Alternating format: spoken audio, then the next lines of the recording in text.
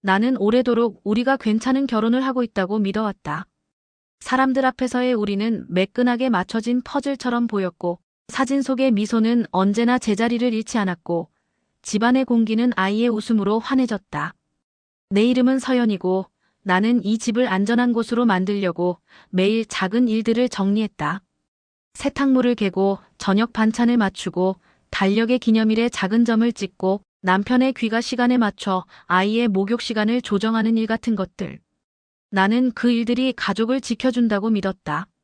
믿음은 늘 조용할수록 오래가는 줄 알았다. 그날 너무 평범한 오후에 너무 별일 아닌 대화 하나가 그 믿음의 바닥을 흔들었다. 절친과 오랜만에 점심을 먹고 커피까지 다 비운 뒤 계산대 옆에서 영수증이 말려 올라가는 소리를 듣고 서 있을 때 그녀가 아무렇지 않은 목소리로 말했다. 아, 주말에 잠깐 부산 다녀왔어. 바람 쐬려고. 그 말은 사실 어디에나 있을 수 있는 흔한 이야기였고 나는 자동으로 좋겠다라고 말했지만 나의 목 안쪽 어딘가에서 미세하게 걸리는 감각이 있었다. 순식간에 떠오른 다른 기억 하나. 그 주말은 남편이 부산으로 출장을 갔다던 바로 그 주말이었다는 사실. 두 단어가 공중에서 마주쳤다. 부산 주말. 나는 아무 일도 아닌 척 고개를 끄덕였고 미소를 흉내냈고 그 말이 가슴에 박힌 채로 대화를 마쳤다.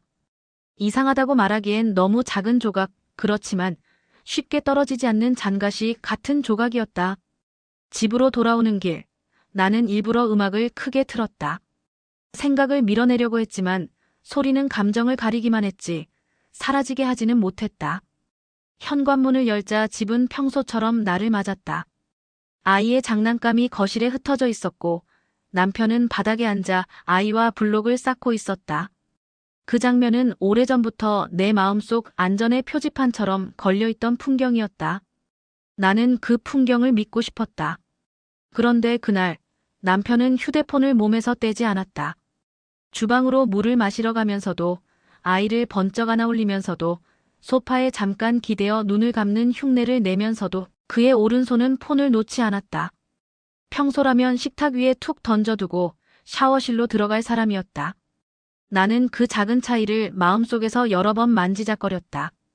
그럴 수 있지, 바쁜가 보지, 회사 일이 빡빡한가 보지. 나 자신을 달랬지만 부산이라는 단어가 계속 돌아왔다. 의미 없는 우연이라고 치부하기엔 단어와 행동이 한 줄로 서기 시작했다. 가슴이 살얼음처럼 얇게 갈라지는 느낌이 들었고 나는 분명히 알았다. 오늘부터 나는 관찰자가 된다. 내가 지키고 싶었던 이 집을 지키기 위해서라도 오늘부터는 내 감정이 아니라 내 눈으로 본 것을 믿어야 한다. 밤이 깊어지자 남편은 먼저 잠이 들었다. 세상 근심 없는 얼굴로 안정된 호흡을 내는 사람의 잠이었다. 나는 불을 끄고 거실로 나왔다. 소파 옆 출장에서 돌아온 그의 가방이 아직 열리지 않은 채 놓여 있었다. 그 앞에 서서 한참을 망설였다. 열면 끝까지 가야 한다는 것을 알고 있었고 끝까지 가는 길에는 내가 바라는 결말이 없을지도 모른다는 걸 알고 있었다. 그래도 나는 지퍼를 내렸다. 셔츠, 충전기, 파우치. 겉으로는 평범했다. 그런데 파우치 아래 얇게 접혀있던 종이가 손끝에 걸렸다. 라운지 바, 2인 세트, 일정 금액, 시간을 알리는 작은 활자들. 출장 중에 라운지. 둘이서. 누구와? 나는 그 자리에 주저앉았다. 목이 마르지도 않은데 숨이 막히는 듯했고 몸 안쪽에서 어떤 것이 가볍게 부서지는 소리가 났다. 숫자는 정직했고 숫자의 조합은 말을 아끼지 않았다. 이상하게도 분노보다 먼저 찾아온 감정은 당혹이었다. 이것을 내 눈으로 보았다는 사실이 믿기지 않았고 내가 살던 집과 이종희의 표정이 너무 멀게 느껴졌다. 나는 종이를 접어 다시 가방에 넣었다. 아무것도 건드리지 않은 듯한 모양으로. 그러고는 거실 한복판에서 오래 앉아 있었다.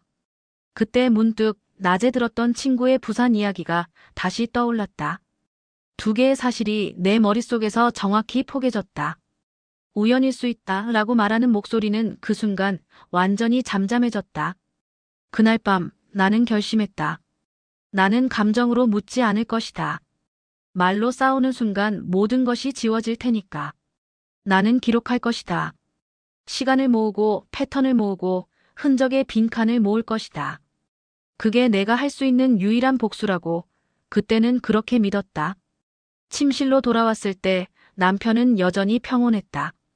나는 침대 가장자리에 앉아 그의 호흡을 들었다.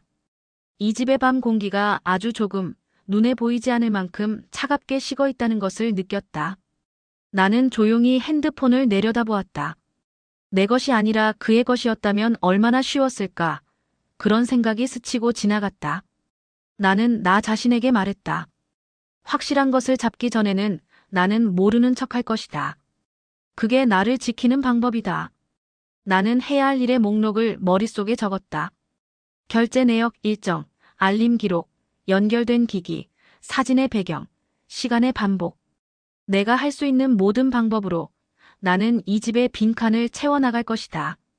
다음 날 남편이 샤워를 하는 짧은 틈, 나는 그의 휴대폰을 열었다.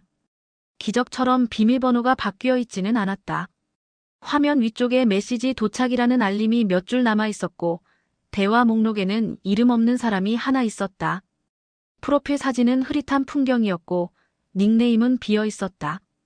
대화창을 열자 아무것도 없었다.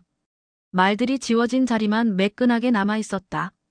알림은 분명히 있었는데 기록은 비어 있었다. 나는 한참을 화면을 들여다보았다.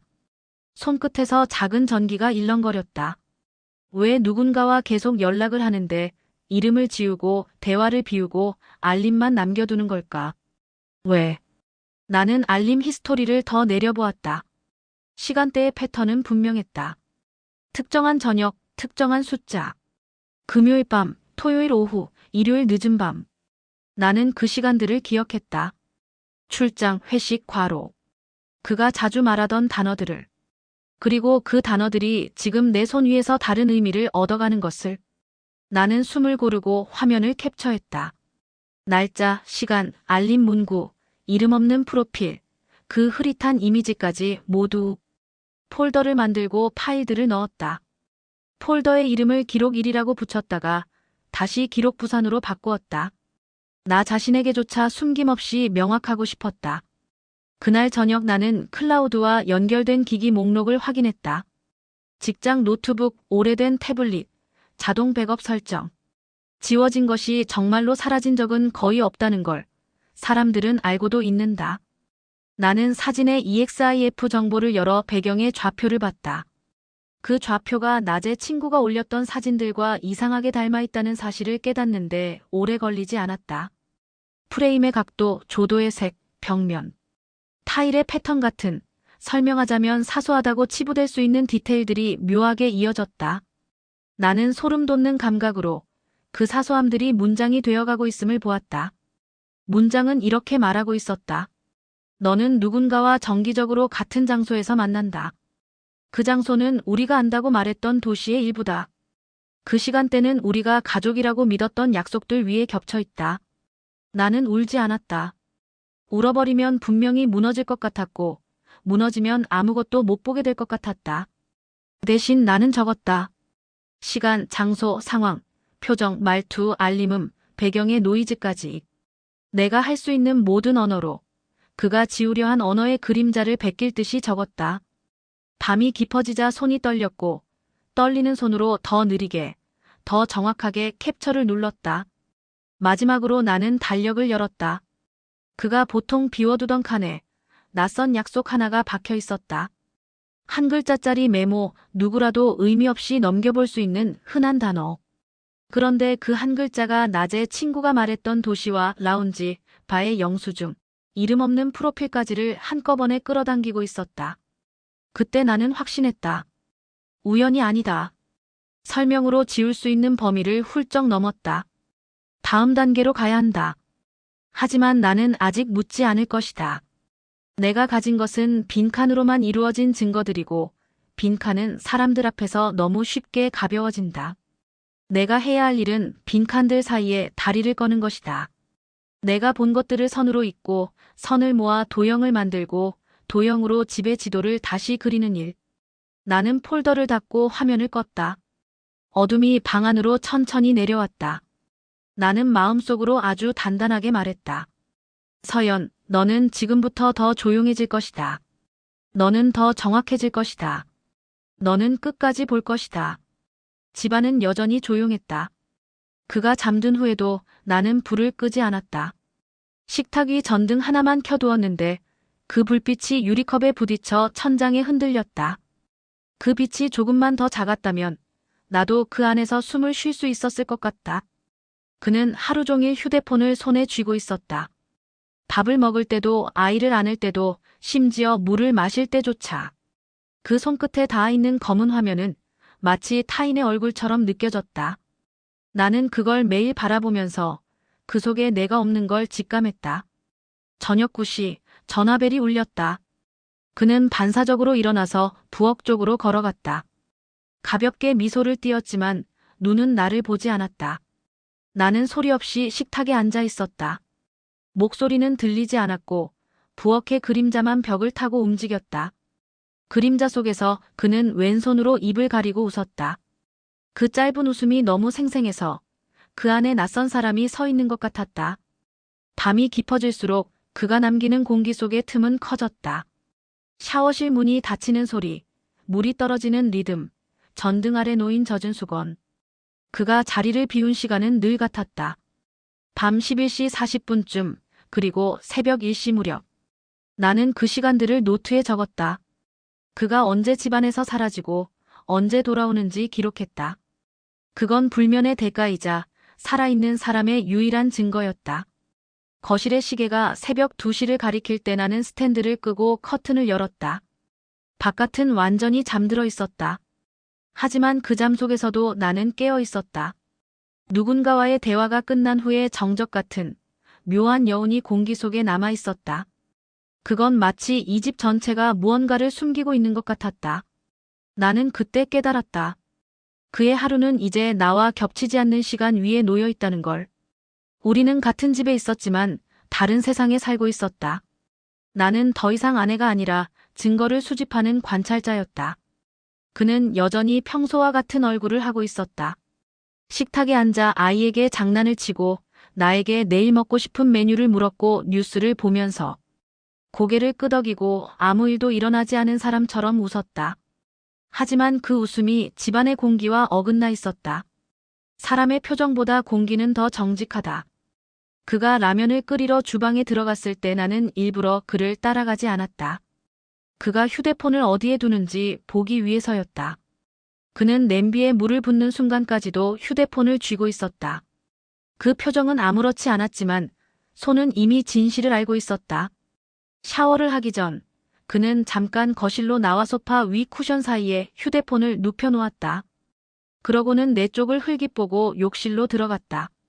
문이 닫힐 때까지 나는 움직이지 않았다.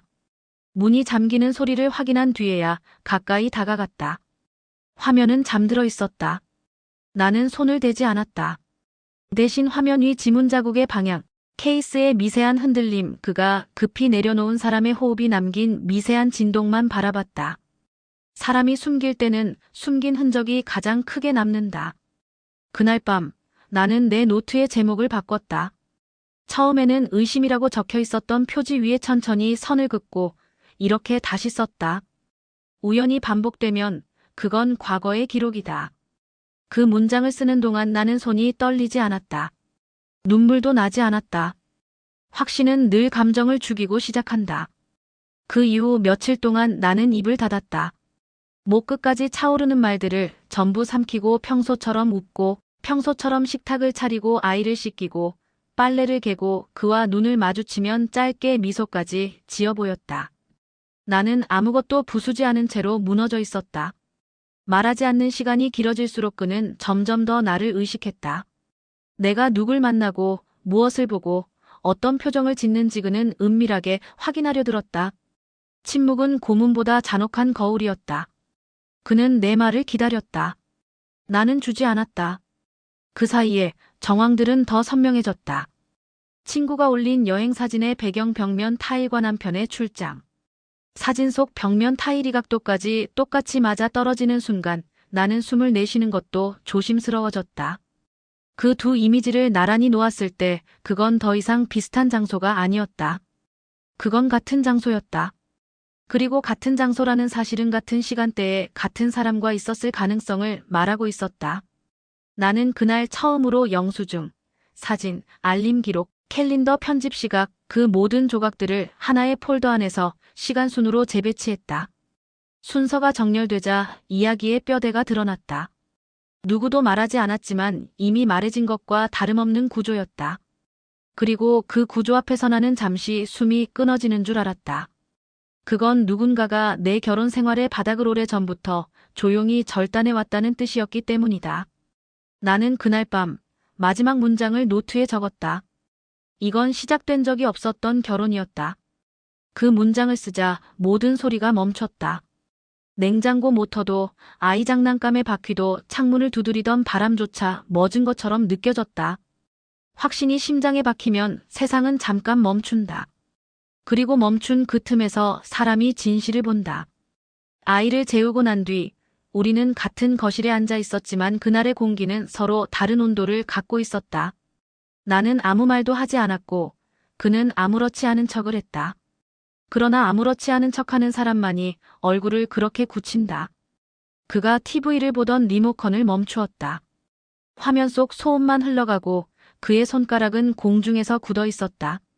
그는 나를 보지 않으려고 애쓰는 사람처럼 화면만 바라보고 있었지만 시선은 계속 나를 향해 흔들리고 있었다. 요즘 왜 이렇게 조용해? 그의 목소리는 낮았지만 그 안에는 내가 무언가를 알아버렸을지도 모른다는 공포가 섞여 있었다. 사람은 들키지 않았을 때보다 들킬 가능성이 생겼을 때 더 불안해진다. 그는 그 상태였다. 나는 고개만 아주 느리게 저었다. 그런 거 없어. 내 부정이 너무 정교해서 그 말이 오히려 나는 알고 있다 라는 문장처럼 울렸다. 그는 눈을 한번 감았다 뜨더니 다시 천천히 말했다. 너 요즘 나 의심하는 거야? 그 문장은 내가 입을 열기도 전에 그가 먼저 자신의 죄를 발설한 것이나 다름없었다. 숨기는 사람들은 언제나 먼저 묻는다. 너 왜 숨겨? 너 왜 의심해? 그렇게 상대를 가해자 위치에 먼저 세운다. 그게 자기 방어의 첫 번째 전략이기 때문이다. 나는 그를 보지 않고 말했다. 내가 뭘 의심해야 하는데? 그 질문은 칼날이 아니라 거울이었다. 그리고 그는 그 거울 앞에서 아주 작게 흔들렸다. 사람은 자신이 한 일을 묻지 않는 질문에는 흔들리지 않는다. 그가 흔들렸다는 사실이 이미 답이었다. 그는 소파에서 몸을 돌렸다. 마치 이제는 숨기지 않겠다는 태도처럼 대놓고 나를 바라보았다. 그 눈빛은 억울한 사람의 것이 아니었다. 들킬까 두려운 사람의 것이었다. 너 예전이랑 달라졌어. 첫 문장은 늘 상태 진단으로 시작한다. 가해자는 항상 너의 변화를 근거로 방어를 시도한다. 그 말 안에는 이런 의도가 숨어 있다. 문제는 나의 행동이 아니라 내 반응이다. 그는 탁자 위에 있던 유리컵을 천천히 밀어두며 말을 이어갔다. 말도 없고 표정도 이상하고 뭔가 숨기는 것 같고 너 요즘 진짜 이상해. 그 순간 나는 깨달았다. 그는 이미 준비하고 있었다. 언젠가 이 일이 표면으로 올라왔을 때 내가 불안정한 사람처럼 보이게 만들기 위한 조석.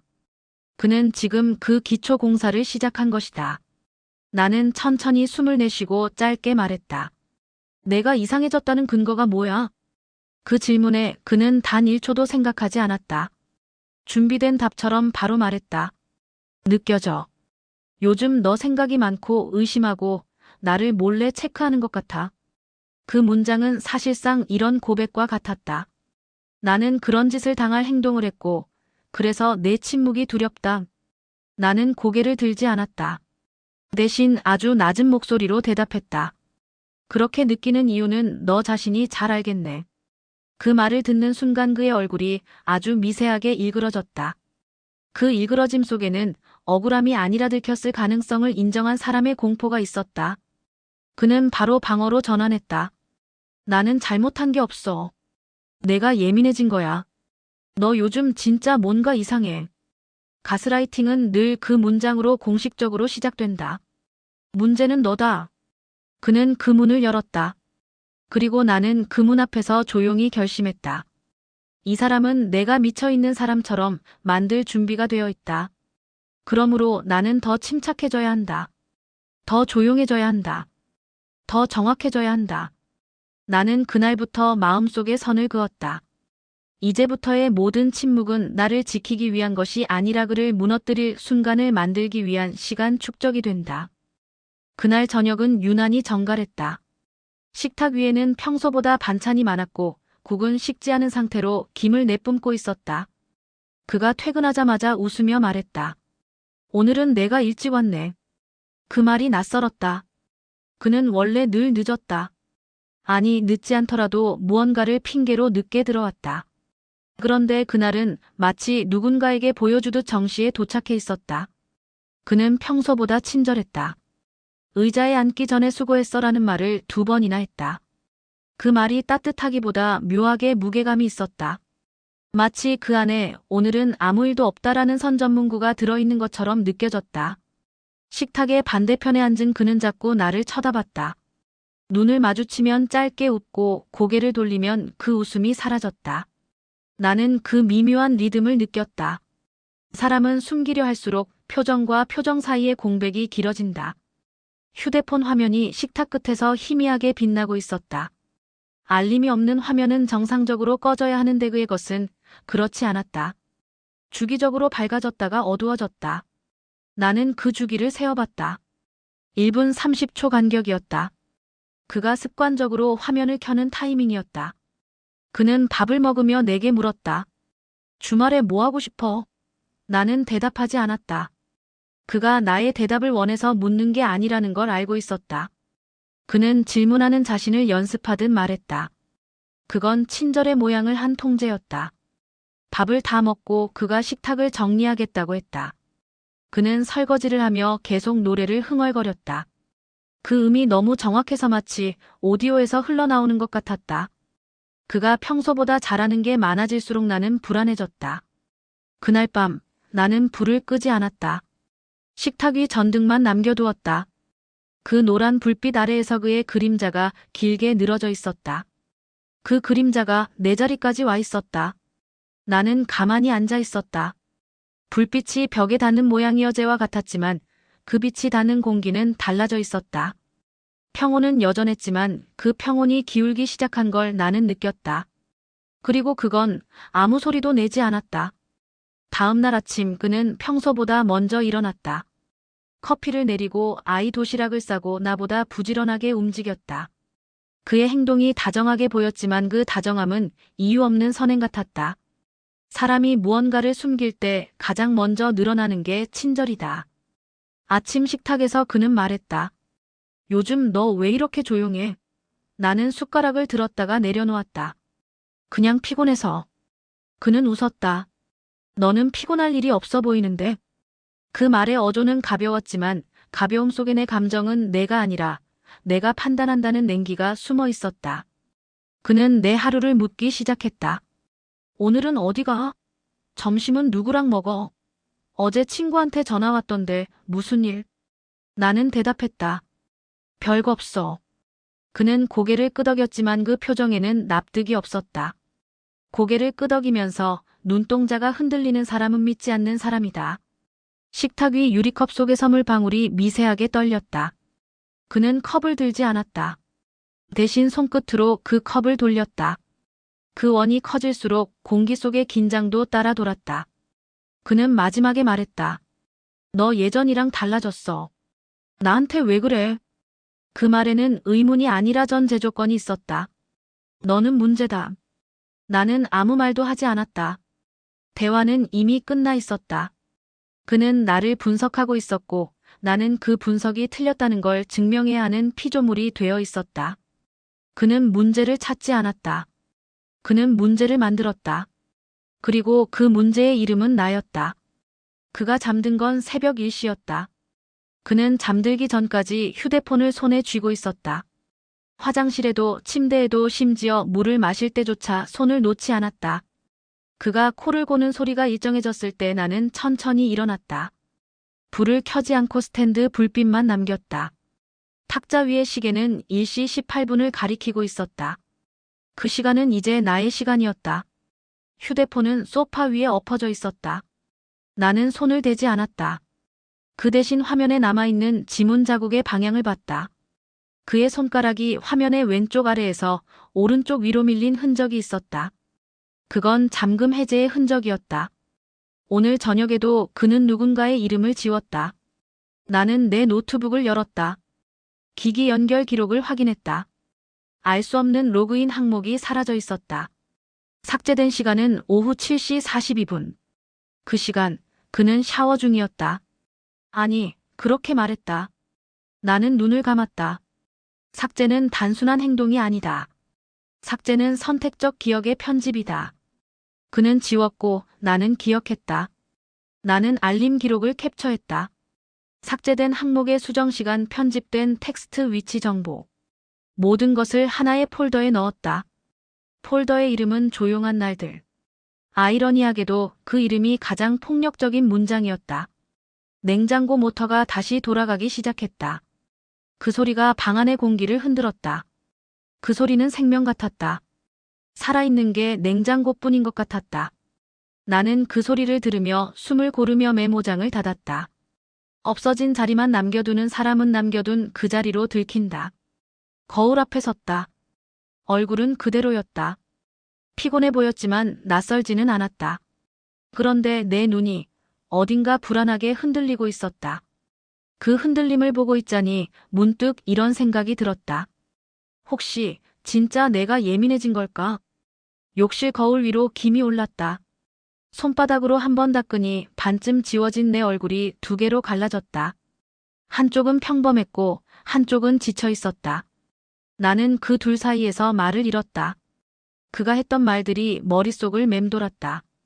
요즘 이상해. 왜 이렇게 날 의심해? 너 스스로도 힘들잖아. 그 말들이 쌓이니까 정말로 내가 이상한 사람처럼 느껴졌다. 그게 그의 목적이었을지도 모른다.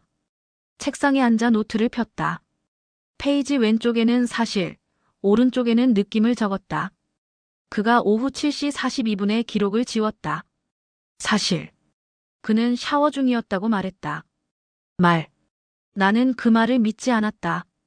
느낌. 왼쪽은 조용했고 오른쪽은 지저분했다. 느낌은 늘 들끓고 사실은 냉정했다. 나는 펜을 멈추고 말했다. 나는 미치지 않았다. 나는 기록하고 있다. 펜 끝이 종이를 긁는 소리가 내 숨보다 크게 들렸다. 그 소리가 내 생각을 정리했다. 이건 감정이 아니라 정리였다. 누군가가 나를 혼란스럽게 만들면 나는 정리해서 되돌려주기로 했다. 그의 생활은 규칙적이었다. 아침 8시 출근, 저녁 7시 퇴근, 밤 11시 샤워. 나는 그 규칙이 만들어내는 공백의 리듬을 기록했다. 영수증, 톨게이트 내역, 주차장 입출 시간. 모두 각각의 하루처럼 흩어져 있었지만 그 시간대는 이상할 만큼 겹쳤다. 월요일, 수요일, 토요일. 모두 같은 요일, 같은 시간, 같은 구간에서 결제됐다. 나는 그 영수증들을 시간순으로 늘어놓았다. 각각의 숫자가 문장이 되었다. 1938 주차장, 1942 호텔 카페. 다음 날도 같은 문장이 반복됐다. 그건 습관이 아니라 생활이었다. 창밖으로 도로의 불빛이 길게 늘어져 있었다. 그 불빛이 유리창을 타고 내 얼굴에 닿았다. 나는 그 빛을 가만히 바라봤다. 한참을 그렇게 있다가 영수증 한 장을 접어 작은 상자에 넣었다. 그 상자에는 아직 말로 옮기지 않은 수많은 조각들이 들어있었다. 지워진 문자, 통화 기록, 카드 사용 내역 그리고 그날의 침묵들. 사람들은 흔히 증거를 찾는다고 말하지만 나는 증거를 기다렸다. 모든 것은 제자리로 돌아온다. 사람도 말도 행동도. 그가 만들어둔 리듬 속으로. 나는 불을 끄고 창문을 닫았다. 방 안의 공기가 멈췄다. 시계 초침이 작게 움직였다. 모든 게 평온했다. 하지만 나는 알고 있었다. 이건 폭풍 전의 정적이었다. 그는 나를 의심으로 만들었고 나는 그 의심을 패턴으로 바꾸고 있었다. 내가 먼저 말을 걸지 않으면 아무도 내게 말을 걸지 않는 날들이 이어졌다. 연락처 목록은 그대로였지만 대화창은 오래전부터 멈춘 화면처럼 굳어 있었다. 톡의 초록 불빛은 켜져 있었지만 그 불빛은 내 쪽으로 오지 않았다. 아침에 눈을 뜨면 침대 머리맡에 휴대폰 화면을 한번 켰다가 끄는 습관이 생겼다. 알림이 오지 않은 날이 더 많았다. 알림이 오더라도 점 하나처럼 작았다. 광고 문구, 배송 안내, 공지. 사람의 목소리는 없었다. 엘리베이터 앞 복도에서 발자국 소리가 나와 마주치는 때가 있었는데 그때마다 서로 같은 층을 향해 걸어오다가 마지막 한 칸 거리에서 멈췄다. 나는 뒤로 물러서 문을 열어줬다. 그들은 고개를 끄덕였고 나는 미소를 지었지만 우리 사이를 지나간 공기는 인사도 하지 않았다. 공동 육아 단톡방에서는 내가 보낸 메시지 아래로 회색 읽음 숫자가 조용히 늘어났다. 대답은 없었다. 말풍선 아래에 작은 그림자만 생겼다가 사라졌다. 그림자는 사람을 닮았지만 사람이 아니었다. 점심시간이 되면 카페의 스피커에서 낮은 음악이 흘렀고 머그컵 가장자리에 커피가 얇게 고였다. 창밖으로는 같은 시간에 같은 사람이 지나갔다. 나는 그 꾸준함이 부러웠다. 내 하루는 꾸준하지 않았고 꾸준하지 않은 것은 언제나 의심을 낳았다. 저녁이 되면 집은 늘 같은 풍경이었다. 식탁 위 전등, 전자레인지의 초록, 숫자, 아이의 색연필들이 굴러다니는 소리. 모든 것들이 살아있고 모든 것들이 제자리였지만 내가 서 있을 자리는 점점 줄어들었다. 며칠 전까지 내 기분을 먼저 묻던 친구가 있었다. 그녀는 더 이상 묻지 않았다. 대신 남편의 말을 들었다고 했다. 요즘 서연이 너무 힘들어 보여. 그 말의 어조는 걱정이었지만 걱정은 언제나 프레임을 품고 있었다. 그녀는 불안정하다. 그 문장이 보이지 않는 곳에서 퍼졌다. 밤이 깊어지면 아파트 복도는 긴 통로처럼 변했다. 끝이 보이지 않는 길이었고 나는 문손잡이를 잡은 채 오래 서 있었다. 문 하나 사이의 집안의 공기와 바깥의 공기가 어긋나 있었다. 나는 그 어긋남 속에서 내가 혼자가 되었음을 배웠다. 거실 불을 끄고 앉았을 때 모든 전자음이 멈춘 듯 했다. 냉장고 모터가 먼 곳에서 낮게 울렸다가 꺼졌다. 천장에 작은 레드점 하나가 희미하게 깜빡였다. 나는 그 점을 보며 숨을 세웠다. 고요함은 평온이 아니었다. 그건 지워지는 소리였다. 나는 지워지는 사람의 자리에서 한 줄 기록을 덧붙였다. 고립은 소리가 없다. 오랜만에 SNS를 열었다. 익숙한 앱의 아이콘, 익숙한 로딩 애니메이션, 익숙한 피드. 하지만 그 익숙함 위에 내가 모르는 시간이 겹쳐져 있었다. 스크롤을 내리다가 친구의 사진 한 장 앞에서 손가락이 멈췄다. 호텔 라운지. 낮은 조명의 조도, 테이블 위에 놓인 잔의 굽창 너머로 퍼지는 도시의 밤빛. 사진은 누군가의 좋은 저녁을 보여주고 있었지만 나는 그것이 누구의 저녁인지에 시선을 빼앗겼다. 화면을 2번 확대했다. 유리창 표면에 비친 반사. 정면이 아니라 대각선에서 들어온 실루엣. 어깨선, 목의 각도, 셔츠 소매의 작은 올뜯김. 사람을 가리는 데에는 한 끗이 필요했고 사람을 알아보는 데에도 한 끗이 필요했다. 나는 그 한 끗을 오래 보아온 사람이었다. 사진의 캡션은 짧았다. 잠깐의 숨. 그 문장을 읽는 순간 나는 그 숨이 누구와 나누어진 것인지 떠올렸다. 그날 밤 남편은 출장이라고 말했다. 출장은 도시를 바꾸고 그 도시는 사진의 배경과 같은 조도를 갖고 있었다. 스크린샷을 찍지 않았다. 대신 위치와 각도를 눈으로 기록했다. 창틀의 간격, 테이블과 의자의 거리, 커튼의 주름이 어디에서 더 깊어지는지. 그 깊어짐의 방향이 남편이 셔츠 소매를 걷을 때의 습관 방향과 같았다. 손이 미세하게 떨렸다. 그러나 감정은 표면으로 올라오지 않았다. 나는 내 심장의 박동이 아니라 사진의 픽셀을 세웠다. 픽셀은 흔들리지 않았고 흔들리지 않는 것은 언제나 신뢰를 준다. 휴대폰을 내려놓고 방 안의 공기를 다시 살폈다. 사진 속의 공기와 내 방의 공기가 같은 속도로 씻고 있다는 생각이 들었다. 확신은 때로 기온처럼 찾아왔다. 나는 짧게 중얼거렸다. 확신은 증거보다 먼저 온다. 그리고 바로 다음 줄의 증거를 향한 길을 적었다. 날짜, 시간, 장소. 그것들은 이미 정해져 있었다. 다음 날 책상 위에 화이트보드를 올렸다. 마커를 3개 꺼냈다. 검정, 파랑, 빨강. 검정은 사실, 파랑은 추정, 빨강은 감정. 보드 왼쪽에 날짜를 나열했다. 그가 말한 일정 과실제 이동 기록을 나란히 적었다. 회사, 카페, 호텔, 도로, 주차장, 톨게이트. 숫자들은 제멋대로 흩어져 있는 듯 보였지만 한 줄씩 이어보면 서로의 옆구리에 닿아 있었다. 검정점들을 먼저 찍었다. 1938 주차장 1942 호텔 라운지 2015 카드 승인 2103 주차장 출차점이 서너 개 모이면 선이 되었다. 선이 두 개가 되면 면이 되었다. 면은 어느새 생활의 윤곽이었다. 파랑으로 추정을 붙였다. 인원 2메뉴 구성상 2인. 세트 좌석 위치 참가 기준 오른쪽 3월요일 패턴 월수토 반복 추정은 언제나 사실을 향해 기울었다. 나는 그 기울기를 눈으로 확인했다. 빨강은 적게 썼다. 빨강은 위험했다. 빨강은 진실과 감정을 섞어버렸다. 그래서 나는 빨강을 모서리에만 찍었다. 분노 제거 혐오 보류 자책 금지. 빨강의 자리를 줄이자 다른 색들이 선명해졌다. 책상 서랍에서 작은 녹음기를 꺼냈다. 버튼을 누르지 않았다. 그저 손끝으로 눌려보았다. 버튼의 단단함이 내 마음을 단단하게 만들었다.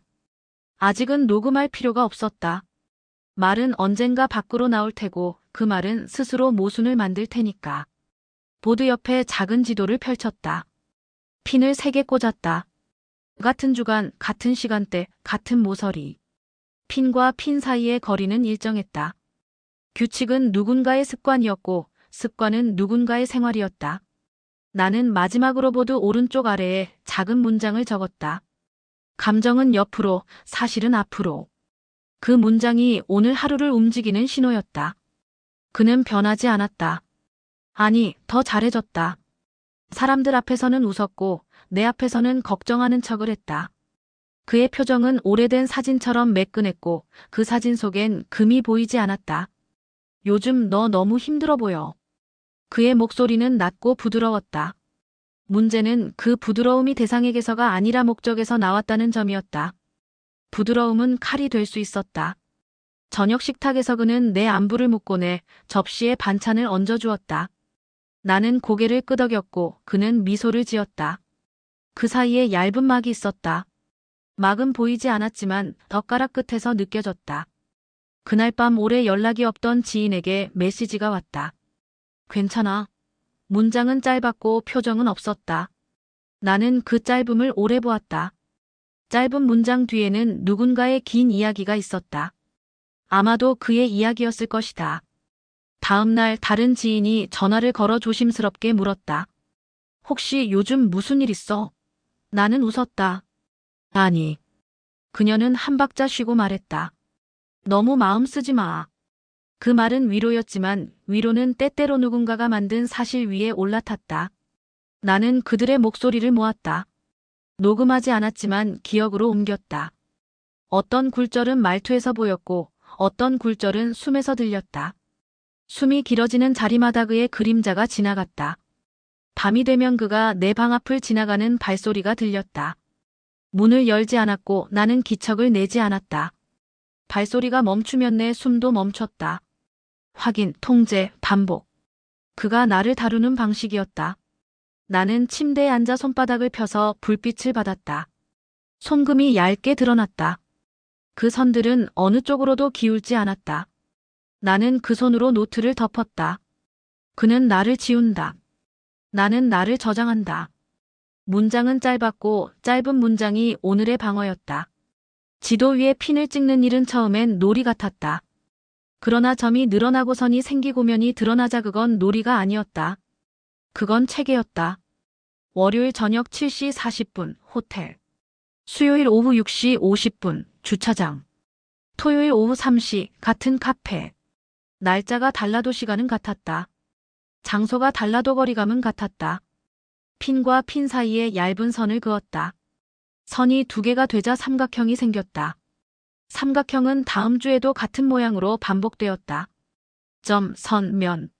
얼마나 단순한 순서였는지 그 단순함이 오히려 잔혹했다. 지도 밖에서 전등이 미세하게 깜빡였다. 나도 모르게 전등을 올려다봤다. 빛은 정상 범위 안에서 흔들리고 있었다. 정상처럼 보이는 모든 것들이 오늘은 더 이상 정상로 느껴지지 않았다. 나는 커서를 움직여 지도 위에 작은 별표를 찍었다. 별은 그들의 생활이 수렴되는 지점에 놓였다. 거기에는 이름이 있었다. 라운지, 카페, 주차장. 이름을 가진 것들은 흔들리지 않았다. 프린트 버튼을 누르지 않았다. 프린트는 증거를 종이에 박제하지만 지금 나는 내 머릿속에 먼저 박제하기로 했다. 사람의 기억은 종이보다 오래 버틸 때가 있다. 종이는 찢기고 기억은 숨는다. 숨는 것은 지워지지 않는다. 나는 노트에 마지막 줄의 짧은 문장을 적었다. 나는 본다. 말하지 않고. 그리고 그 문장을 한 번 더 읽었다. 읽을 때마다 문장은 더 단단해졌다. 단단한 문장은 언젠가 말을 대신해 줄 것이다. 방 안에 불을 끄고 창문을 닫았다. 유리창에 내 얼굴이 비쳤다가 어두워졌다. 어두움은 안심이 아니었다. 나는 어둠 속에서 형태를 보았다. 그들의 생활은 하나의 형태로 반복되었고 그 형태는 나를 가리키지 않았다. 새벽 4시, 알람은 울리지 않았다. 알람 대신 냉장고 모터가 낮은 고동을 올렸다 내렸다. 그 소리가 꺼진 뒤의 정적이 더 크게 느껴졌다. 커튼 가장자리로 들어온 가로등빛이 벽지 위에 좁은 길을 만들었다. 길은 창문 틀의 그림자와 겹쳐서 두 겹이 선으로 보였고 그 선 사이로 먼지가 아주 천천히 떠다녔다.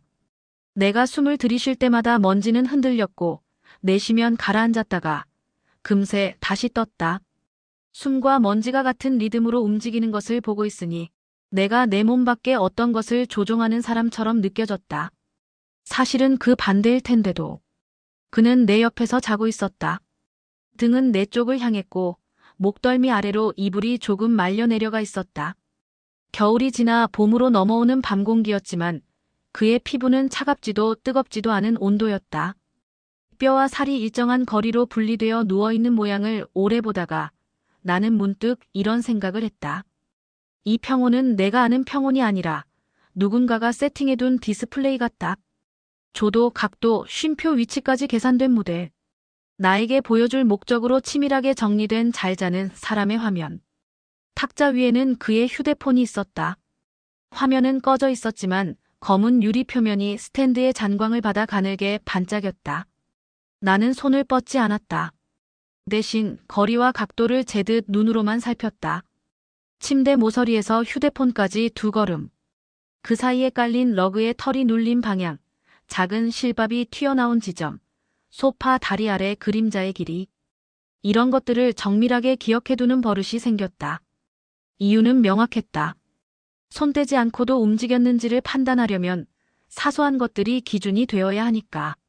4시 19분, 그가 몸을 뒤척였다. 잠결에 내 쪽으로 한번 시선을 주는 듯 하더니 바로 손을 뻗어 휴대폰을 집었다. 화면이 켜지는 순간 얇은 빛이 천장을 스쳤다. 그 빛은 반사되어 내 뺨을 아주 잠깐 지나갔다. 나는 눈을 감는 대신 내 입술에 조용히 힘을 주어 잠든 표정을 만들었다. 빛은 다시 탁자 위로 내려앉았다. 손가락이 화면을 1번, 2번, 짧게 쓸고 지나가는 감촉 같은 것이 공기에 남았다. 숫자 4개 정도를 누르는 듯한 리듬. 그 리듬이 끝나자 곧바로 미세한 진동이 났다. 그는 화면을 15도쯤 기울였다. 그 각도가 내 눈에 들어왔다. 15도는 누군가에게 가려서 보여주는 각도였다. 자신은 볼 수 있고 옆 사람은 못 보는. 진동은 길지 않았다. 답장이었을까 혹은 확인 버튼이었을까. 그는 다시 화면을 엎어놓았다. 엎어놓을 때 휴대폰 모서리가 탁자 표면에 한번 살짝 부딪히는 소리가 났다. 그것은 비밀을 닫는 소리 같았다. 그는 다시 몸을 돌려 누웠고 숨소리가 일정하게 이어졌다. 나는 그 일정함을 한동안 따라갔다. 스스, 스스. 처음에는 그 소리가 나를 안정시키는 듯 했지만 곧 그 안정감이 내가 만든 것이 아니라 그가 만든 것이라는 사실이 떠올랐다. 그 인식이 오자마자 소리는 어색해졌다. 마치 낯선 집에서 틀어둔 수면용 화이트 노이즈. 침대 옆 스탠드의 끄트머리에 손끝을 올려놓고 나는 천천히 호흡을 쪼갰다. 새벽 공기는 얇고 얇은 것들은 부러지지 않고 찢어진다. 찢어지는 것의 소리는 들리지 않는다. 들리지 않는 소리를 듣는 법을 나는 익혀왔다. 종종 그게 나를 지켰다. 그의 뒷목이 아주 미세하게 떨리는 장면이 눈에 들어왔다. 꿈을 꾸는 사람의 리듬 같기도 했고 무언가를 숨긴 사람의 자녀 긴장 같기도 했다. 나는 판단하지 않기로 했다. 판단은 내게 국경선을 그어주지만 그 선은 자주 나를 가둔다. 대신 기록하기로 했다. 왼손 검지로 이불 가장자리를 꾹 눌러 그 감각 하나만 확실하게 현재에 고정했다. 다른 모든 것은 지나가도 지금 이 눌림만은 증거처럼 남을 것이다. 새벽 5시가 가까워지자 어둠은 색을 잃고 하늘은 회색으로 번졌다. 창밖의 나무가 가볍게 흔들렸다. 바람은 보이지 않았지만 흔들림은 보였다. 보이는 것을 믿기로 했다. 그게 나의 아침이었다. 주방으로 나와 물을 끓였다. 전기포트 빨간 불이 켜지고 물이 데워지는 동안 포트의 금속 표면에 거실과 식탁과 내 모습이 뒤섞여 비쳤다. 흐릿하지만 형태는 있었다. 형태는 언제나 의미를 만든다. 나는 그 흐릿한 나를 한참 보다가 컵에 물을 부었다. 김이 컵 표면을 타고 올라와 내 얼굴을 잠깐 가렸다 사라졌다. 사라지는 것과 남는 것을 가르는 기준은 간단했다. 사라지려면 먼저 드러나야 한다. 이 집에서 드러나지 않은 것들은 너무 오래 남아 있었다. 그가 일어나기 전에 나는 창문을 열었다. 차가운 공기가 들어왔다. 공기에 맛이 있다면 오늘은 철 같은 맛이었다. 입안에 아주 얇게 스미는 금속성. 우리 집 공기는 왜 이런 맛이 날까? 아마도 오래 닦지 못한 창틀, 장시간 켜둔 전자제품, 혹은 밤새 켜져 있던 거짓말. 나는 창문을 닫았다. 맛은 줄었고 냄새는 남았다. 이 집은 오늘도 살아있었다. 살아있다는 건 숨이 있다는 뜻이고 숨이 있다는 건 언젠가는 말하게 된다는 뜻이다. 그 언젠가가 가까워지고 있다는 걸 나는 알고 있었다. 식탁 위에 도시락 재료를 펼쳐놓았다. 밥을 담고 반찬통을 꺼내고 계란을 얇게 부쳐 채 썰었다. 칼날이 도마에 닿을 때마다 짧은 울림이 손끝으로 올라왔다. 규칙적인 울림은 사람의 마음을 다스려준다.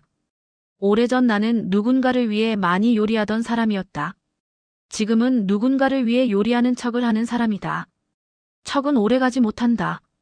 오래가지 못하는 것을 오래 붙드는 사람은 결국 자신을 해친다. 오늘만큼은 손목에 무리하지 않기로 했다. 최대한 얇게, 최대한 단단하게 형태를 유지한 채로. 욕실에서 물 내리는 소리가 났다. 그가 깨어났다.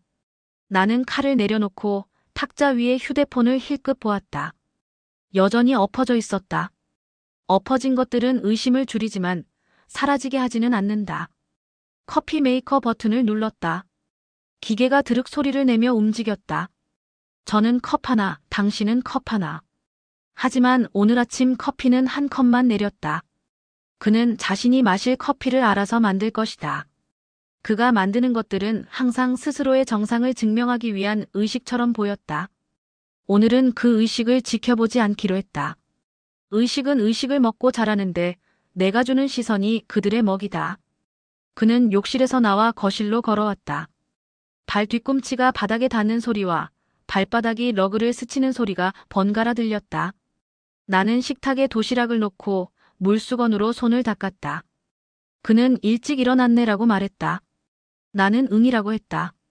주고받은 단어는 2개였지만 말들 사이의 공기는 길었다. 그 길이를 줄이지 않기로 했다. 침묵은 나를 무너뜨리는 대신 나를 세웠다. 그가 셔츠 소매를 걷을 때 왼쪽 손목에 잡티 같은 작은 점이 보였다. 가끔 보았던 그 자국. 최근엔 보기 어려웠다. 소매를 길게 내리고 다녔기 때문이다. 오늘은 걷었다. 어쩌면 더 이상 숨길 필요가 없다고 판단했을지도 모른다. 아니면 새로운 방식으로 숨기는 중이거나. 나는 판단을 뒤로 밀었다. 도시락 뚜껑을 닫고 탄력 있는 밴드로 감싸면서 속으로 숫자를 셌다. 1, 2, 3. 셋이면 충분했다. 충분하다는 기준을 스스로에게 다시 알려주는 의식. 그가 현관으로 걸어가며 말했다. 오늘은 늦을 수도. 나는 알겠어라고 했다. 쉼표도 마침표도 붙이지 않았다. 문이 닫히는 소리, 도어락이 잠기는 소리, 엘리베이터가 호출되는 소리를 순서대로 들었다. 그 소리들이 연속으로 이어질 때 집은 나 혼자 남았다. 혼자가 된 집은 확장된다. 벽이 멀어지고 바닥이 넓어지고 소리들이 깊어진다. 나는 신발장 위에 놓아둔 작은 외장하드를 손에 들었다. 손바닥에 올려보니 차가웠다. 차가운 것은 잘 기억된다. 이 하드 안에는 내가 본 것들이 있었다. 그리고 오늘 나는 그것을 형태로 묶을 것이다. 형태는 부정되지 않는다. 형태는 보인다. 창틀을 한 번 더 닦았다. 미세한 먼지가 천에 배었다. 천을 접어 쓰레기통에 넣었다. 이런 사소한 정리들이 내 신경을 안정시켜준다. 그리고 정리가 끝나면 나는 시작한다. 진짜 일을. 나를 지우려는 사람 앞에서 나를 보관하는 일. 책상 위에는 어젯밤 정리해둔 노트, 흰색. 화이트보드, 3가지 색의 마커, 작은 포스트잇 묶음, 딱딱한 커버의 파일 바인더가 나란히 놓여 있었다. 순서대로 배치했더니 하나의 도구처럼 보였다. 나는 바인더 첫 페이지를 넘겼다. 투명 포켓 한 칸에 한 장씩, 날짜와 시간, 장소, 결제 내역, 메모가 끼워져 있었다. 손가락으로 비닐을 쓸어내리자 종이의 모서리가 비닐과 마찰을 일으켜 작은 사각 소리를 냈다. 소리는 가볍지만 내 귀에는 단단하게 들렸다. 첫 번째 포켓 1938 주차장 입차. 두 번째 포켓 1942 호텔 라운지 결제. 세 번째 포켓 2103 주차장 출차. 다른 날짜에도 비슷한 문장들이 반복되었다. 다른 요일, 다른 주, 그러나 같은 시간대, 같은 경로. 나는 볼펜으로 각 포켓 우측 상단에 작은 삼각형 표시를 그렸다. 세 꼭지점에는 장소 마이너스 시간 마이너스 결제를 의미하는 기호를 적었다. 삼각형은 지도 위에서 만든 모양과 대칭이 되었다. 책상 위에서 지도를 펼쳤다. 핀으로 찍어둔 세 점이 같은 삼각형을 만들고 있었다. 바인더 속 종이와 지도 위점이 서로를 비추는 듯했다. 서로 다른 증거가 같은 모양을 만들 때 사람은 더 이상 부정하기 어렵다. 나는 그 생각을 소리내어 중얼거렸다. 모양으로 말하자. 노트 옆에는 작은 USB 메모리가 있었다. 메모리 이름은 리얼러티 1. 지난번 폴더를 옮길 때 처음 붙인 이름이다. 이름을 바꾸지 않기로 했다. 이름은 기준이 되니까. 컴퓨터를 켜고 USB를 꽂았다. 바탕화면에 드라이브 아이콘이 나타나고 폴더가 한 줄로 떴다. 로그즈, 리시츠, 루츠, 캡처즈. 4개의 폴더가 단정하게 정렬되어 앉아 있었다. 나는 캡처즈를 열었다. 그 안에는 친구의 SNS 화면을 찍은 캡처들이 있었다. 나는 스크린샷을 최소화하는 쪽을 선택했지만 비교를 위한 참조라는 목적 아래 필요한 만큼은 남겨두었다. 유리창의 반사에서 어깨선이 만드는 각도, 라운지 조명의 위치가 비치는 흔적, 유리잔. 굽의 그림자가 떨어지는 방향. 작은 것들이 말을 했다. 말들은 서로 들리지 않을 만큼 조용했지만 나에게는 충분히 컸다. 이미지 한 장을 띄워 확대했다. 픽셀이 거칠게 보이기 시작할 즈음 나는 확대를 멈추고 손가락으로 모니터 가장자리를 천천히 눌렀다. 화면은 단단했고 단단한 표면 위에 이미지가 더 단단해졌다. 내 머릿속에서는 전날 밤 본 탁자 위각도, 그가 휴대폰을 기울였던 15도가 다시 재생됐다. 두 이미지가 겹쳤다. 하나는 사진, 하나는 기억. 둘은 다르지만 서로를 보정해준다. 보정은 보안이 아니었다. 보정은 왜곡을 최소화하는 기술이었다. 내 기술은 요 몇 달 사이 제법 좋아졌다. 이메일함을 열어 주차장 사용 내역을 보냈던 자동 메일을 다시 검색했다. 메일 제목의 숫자들이 한눈에 들어왔다. 1938, 2103. 여기에 동선 앱에 남은 경로 시간을 더하면 1942가 떠오른다. 그리고 그 시각의 라운지 결제. 시간은 서로를 설명했고 설명은 결론을 요구했다. 하지만 결론을 당장 쓰지 않기로 했다. 결론은 마지막 페이지에만 써야 했다. 중간 페이지에 결론을 써버리면 페이지들이 결론을 위해 거꾸로 정렬되기 때문이다. 나는 끝을 서두르지 않기로 했다. 서두른 끝은 얇다. 화이트보드로 손을 옮겼다. 날짜를 3줄로 적고 오른쪽에는 사실 추정 감정 3칼럼을 다시 만들었다. 검정 마커로 사실을 적을 때는 손목이 흔들리지 않았다. 1938 입차 주차장, 1942 결제 호텔 라운지, 2103 출차 주차장. 파랑 마커로 추정을 적을 때는 악필이 조금 나왔다. 2인 가능성 메뉴 구성 세트 2잔 기본. 좌석 위치 추정 창가 우측 3열 사진 반사각도 기준. 빨강 마커는 마지막에 한 번만 사용했다. 감정 통제 기록으로 전환. 빨강은 감정이 아니라 감정을 다루는 방식에 붙이는 표식으로 쓰기로 했다. 감정 자체를 적을수록 글이 지저분해지는 것을 나는 알고 있었다. 잠시 커피를 내리기 위해 주방으로 갔다. 물줄기가 종이 필터를 통과하는 모습이 투명 유리 안에서 어둡게 번졌다. 추출되는 소리, 종이가 젖어가는 냄새, 증기가 식탁 끝을 스쳤다가 사라지는 모양. 감각들은 서로에게 맞물려 돌아갔다. 컵에 커피를 옮겨 담으면서 나는 방금 적어둔 감정 통제라는 2단어를 떠올렸다. 통제는 무언가를 구속하는 행위가 아니라 흐름을 구조로 바꾸는 일에 가까웠다. 감정이 흘러내리면 바닥을 더럽힌다. 감정이 구조를 만나면 형태가 된다. 형태는 전달된다. 전달된 형태는 설득된다. 오늘 내가 할 일은 설득이 아니라 전달이었다. 설득은 나중의 일이다. 아마 법정 어딘가에서.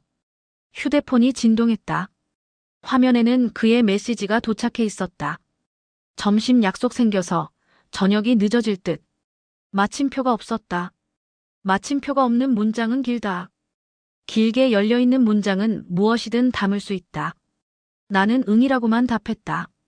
그의 문장이 길수록 내 문장은 짧았다. 균형을 맞추기 위해서가 아니라 내 문장은 지워지지 않기 위해. 노트로 돌아와 페이지 상단에 오늘 날짜를 적었다.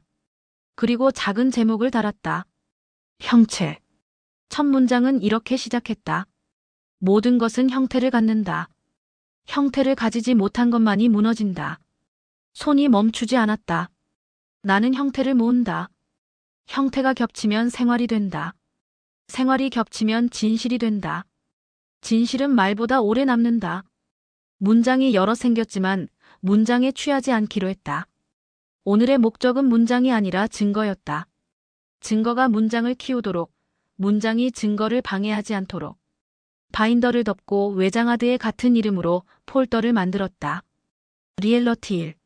파일을 드래그해 옮겼다. 복사 진행창이 떠오르며 남은 시간 숫자를 계산했다. 남은 시간 7분 42초. 얼마 전 새벽에 내가 봤던 숫자들이 떠올랐다. 7시 42분, 그가 샤워를 했다고 말하던 시간. 숫자들이 우연의 탈을 쓰고 내 앞에 서 있었다. 나는 화면을 보며 아주 작게 웃었다. 우연은 때때로 가장 정확한 증언을 한다. 나는 그 증언을 믿기로 했다. 창밖에서 차량 경적이 짧게 울렸다 멎었다. 오전의 빛은 조금 따뜻해졌고 창틀의 그림자는 여전히 날카로웠다. 빛이 바뀌어도 그림자가 바뀌지 않는 것들이 있다. 생활이 그렇다. 사람의 진짜 생활은 빛과 상관없이 같은 방향으로 드리워진다. 그 방향이 어디를 가리키는지 나는 충분히 보았다. 충분히 보았으면 이제 다음 페이지로 넘어갈 차례였다. 컴퓨터를 끄기 전에 마지막으로 이메일 한 통을 보냈다. 변호사에게. 제목은 짧게 자료 1차 전달. 본문에는 문장을 넣지 않았다. 첨부 파일 목록만 정갈하게 정리했다. RECEI PTSMERGED PDF ROUTESGPX zip CAPTURESREF PDF 로그즈 TSV 보내기 버튼을 누르는 순간 화면이 아주 잠깐 어두워졌다가 다시 밝아졌다.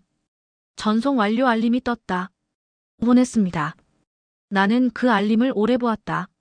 화면 속 한 줄의 과거형이 나를 미래로 밀어줬다. 이제 뒤로 돌아갈 수 없다는 뜻으로. 손목을 돌리고 의자를 빼고 방안을 한 바퀴 걸었다. 걸음이 바닥과 부딪힐 때마다 작은 탄력이 발바닥으로 전해졌다. 집은 여전히 같은 구조였고 나는 이제 이 구조를 다르게 사용할 것이다. 증거를 숨기던 집이 아니라 증거가 쌓이는 집. 사람이 머무는 집이 아니라 사람이 말하는 집. 집의 기능은 그렇게 바뀐다. 기능이 바뀌면 의미도 바뀐다. 의미가 바뀌면 관계가 바뀐다. 관계가 바뀌면 삶이 바뀐다. 나는 순서를 적어두었다. 증거 의미 관계 3. 이 순서를 거꾸로 타고 올라오는 말들은 이제 더 이상 나를 흔들지 못할 것이다. 현관으로 가서 문고리를 한번 돌려보았다. 잠금이 제대로 걸려 있었다. 돌아서서 거실을 바라보니 스탠드 아래에 작은 반점처럼 떨어진 햇빛이 둥글게 떠 있었다. 둥근 것은 쉽게 굴러간다. 오늘 내 하루도 굴러갈 것이다. 굴러간다는 사실이 이상하게 안심이 됐다. 멈춰 서 있는 동안 나는 너무 많은 것을 보았다. 이제는 움직일 차례였다. 움직이기 위해 나는 다시 앉아 노트를 펼쳤다. 다음 장의 제목을 적었다. 무너짐의 구조. 그리고 첫 문장을 아주 천천히, 그러나 주저없이 썼다. 그의 부제는 불안이 아니라 질서였다. 나는 펜을 내려놓았다. 펜촉이 책상 표면과 마찰을 이루며 낸 미세한 긁힘이 손끝에 남았다. 손끝의 기억은 오래간다. 오래가는 것만 남기자고 오늘의 나에게 말했다. 그리고 조용히 물을 한 모금 마셨다. 금속 맛이 사라지고 물이 물의 맛을 되찾을 때까지 기다렸다. 기다림은 낭비가 아니었다. 기다림은 선택이었다. 오늘도 나는 선택을 했다. 그리고 정확하게 기록했다. 저녁 10시 17분, 현관문이 열렸다. 그의 발소리는 일정했다. 신발이 벗겨지는 소리, 옷걸이에 재킷이 걸리는 소리, 그리고 아주 짧은 정적. 그 정적 속에서 나는 숨을 들이켰다. 이제부터 내가 살아남기 위해 해야 할 말들이 시작될 시간이었다. 왔어. 내 목소리는 놀라울 만큼 평범했다. 그는 대답 대신 미소를 지었다. 그 미소는 피곤함의 포장지 안에 감춘 방어였다. 나는 의자를 당겨 앉았다. 식탁 위에는 아직 치우지 않은 그릇과 물컵이 있었다. 그는 시선을 잠시 그릇에 두었다. 그릇은 비어 있었고 대화도 그랬다. 출장은 잘 다녀왔어. 그는 물잔을 들어 올리며 대답했다. 응, 바빴어. 미팅이 길어져서. 나는 잔의 입구에 닿은 그의 손가락을 보았다. 작은 긁힘 자국이 있었다. 그건 내가 아닌 누군가의 공간에서 생긴 자국이었다. 호텔이 괜찮았나 봐. 그의 표정이 아주 조금 눈꼬리 쪽으로 흔들렸다. 응, 호텔? 나는 웃었다. 응, 어제 올린 카드 내역이 있더라. 그는 대답하지 않았다. 그의 얼굴에서 감정이 빠져나갔고 남은 건 계산이었다. 그는 빠르게 머릿속에서 문장을 조합하고 있었다. 아, 그거 미팅 장소 예약 때문에 내가 결제했어. 대답은 매끄러웠다. 준비된 문장 같았다. 누구랑? 그의 손가락이 컵 가장자리를 탁탁 2번 쳤다. 그건 긴장할 때마다 나오는 습관이었다. 팀 전체. 왜? 그 팀에 여자도 있었지?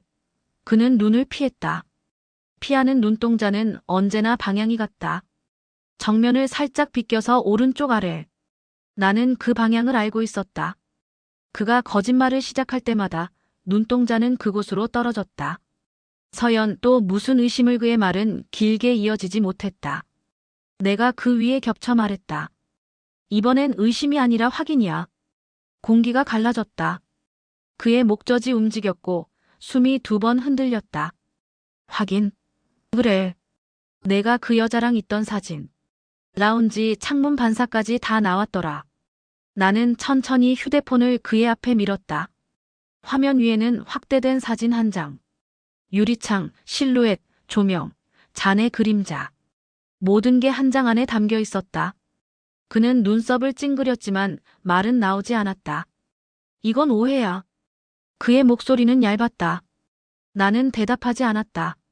침묵은 언제나 가장 오래 남는 증거였다. 그는 손으로 머리를 쓸어 넘기며 자리에서 일어섰다. 진짜야. 내가 그런 거짓말하지 마. 내 목소리가 그를 멈추게 했다. 그가 나를 바라봤다. 눈빛은 두려움이 아니라 체념이었다. 너 진짜 그렇게까지 해야 돼? 응. 나한테 남은 게 그것뿐이니까. 그의 숨이 무너졌다. 말보다 먼저 어깨가 무너졌다. 나는 그 무너짐이 낯설지 않았다. 그가 나를 짓눌렀던 무게와 같은 구조였다. 그는 고개를 숙이고 손을 들어 머리를 감쌌다. 그 자세가 묘하게 안도처럼 보였다. 이제 감추지 않아도 되니까. 그 여자, 내 친구였지. 그는 아무 말도 하지 않았다. 대답하지 않는 것도 대답이었다. 침묵이 길어질수록 나는 점점 차분해졌다. 모든 분노가 사라지고 남은 건 서늘한 확신뿐이었다. 언제부터야? 그는 입을 열었다 닫았다. 입술이 2번 떨리고 나서야 겨우 소리가 나왔다. 결혼 전부터. 그 짧은 문장이 방 안의 모든 공기를 바꿨다. 식탁 위에 유리컵이 미세하게 울렸다. 물결이 번져나갔다. 나는 그 물결을 오래 보았다. 내 마음이 그렇게 흔들리고 있었기 때문이다. 그럼 왜 나랑 결혼했어? 그땐 그냥 내가 편했어. 그 순간 나는 웃었다. 진짜 웃음이 아니었다. 입술만 움직이는 감정 없는 웃음. 웃음소리가 아니라 호흡의 잔향. 편해서 결혼했다가 지겨워지니까 바꾼 거야? 그는 고개를 들었다. 그런 말 하지 마. 그럼 뭐라고 해야 해? 이럴 줄은 몰랐어. 그게 변명이라면 약하네. 말이 끝나자 방 안이 다시 조용해졌다. 전등의 미세한 진동음, 냉장고의 모터, 그리고 그의 숨소리. 모든 게 들렸다. 나는 손으로 컵을 들어 올리고 천천히 물을 마셨다. 입안에 고인 물이 미지근했다. 그 온도가 나와 같았다. 서연, 이혼하자. 그는 그렇게 말했다. 목소리는 차분했지만 그 안엔 승리감이 섞여 있었다. 좋아. 내 대답은 빠르고 간결했다. 그가 멈췄다. 그는 내가 울 거라 생각했을 것이다. 아니면 무너질 거라 믿었을 것이다. 하지만 나는 울지 않았다. 무너지는 건 이미 끝났으니까. 이틀 후 그는 집을 나갔다. 짐은 많지 않았다. 셔츠 몇 장, 노트북 향수, 그리고 그의 시계. 문이 닫히는 소리가 길게 울렸다. 그 소리가 멈추자 나는 바닥에 주저앉았다. 손끝이 떨렸다.